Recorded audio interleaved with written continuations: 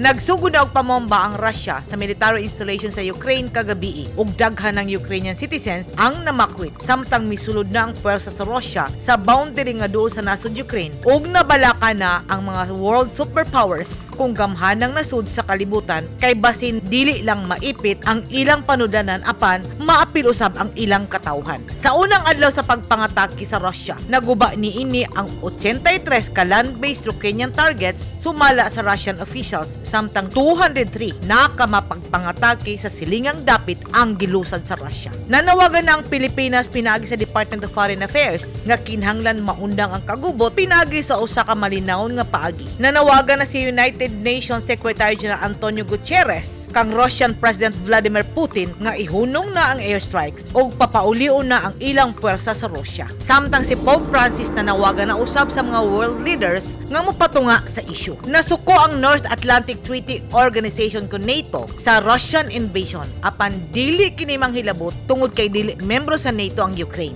Nanawagan na usab ang Pilipinas sa United Nations General Assembly nga ilang nantawon ang Manila Declarations on the Peaceful Settlement of International Disputes ug subay ang mga legal nga basihan aron masulbad ang problema. Matod sa DFA, 181 lang ka Filipino ang naa sa Ukraine, samtang magsigi pa sila og lista sa mga Pilipino nga anaa sa Warsaw, Poland. Ang giyera tali sa Russia ug nasod Ukraine dako og epekto sa kalibutan tungod kay mao kini ang mamahimong mitsa sa kalit nga pagsaka sa presyo sa lana niadtong milabayng semana. Ang pinakaulahing price increase mao ang pinakataas nga pagsaka sulod sa 7 ka tuig tungod kay 60% sa presyo ang misaka sulod lang sa usa ka adlaw. Ang Ukraine ang ikaduhang exporter sa crude oil ug ang pinakadako nga exporter sa natural gas sa tibuok kalibutan. Nga panginahanglan sa matag balay ug mga tawo nga dunay sakyanan. Ang Ukraine ang pinakadako nga nasod sa Europa sa isgutanang land area ug aduna kini populasyon nga 40 million. Ang Ukraine nanguna sa Europa sa recoverable reserves sa uranium ores, ikanapulo sa tibok kalibutan sa isgutanang titanium reserves. Usa ang Ukraine sa mga nanguna sa paggama og rocket launchers o ubang panggamit sa gera apan gamay kini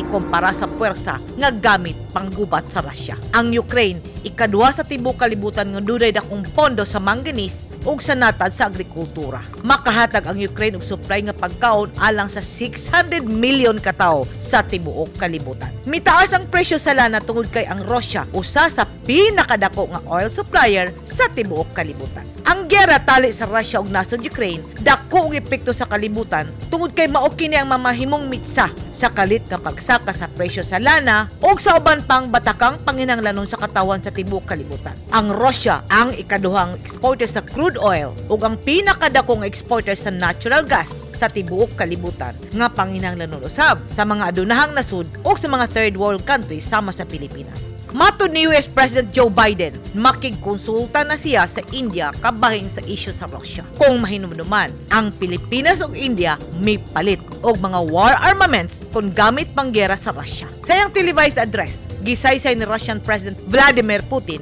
nga ang iyang paglusad og military operation sa Ukraine tubag sa mga pagpanghulga sa mga nasod nga nagpalibot sa nasod sa Ukraine. Sumala ni Professor Renato De Castro, ang foreign policy analyst ug ang international relations professor sa De La Salle University, kritikal ang giyera sa Russia batok sa Ukraine tungod kay gilantaw kini sa nasod China, ang giingong superpower sa Asia. Og posible kuno nga himuon sa China ang gihimo sa Russia batok sa Ukraine. Ang pagpangatake sa Russia sa Ukraine dako og epekto kanato kay apektado ng presyo sa lana og produktong agrikultura og kini makaapekto sa katawhan sa tibuok kalibutan. Edit Kaduayan News 10 Philippines. Stay safe.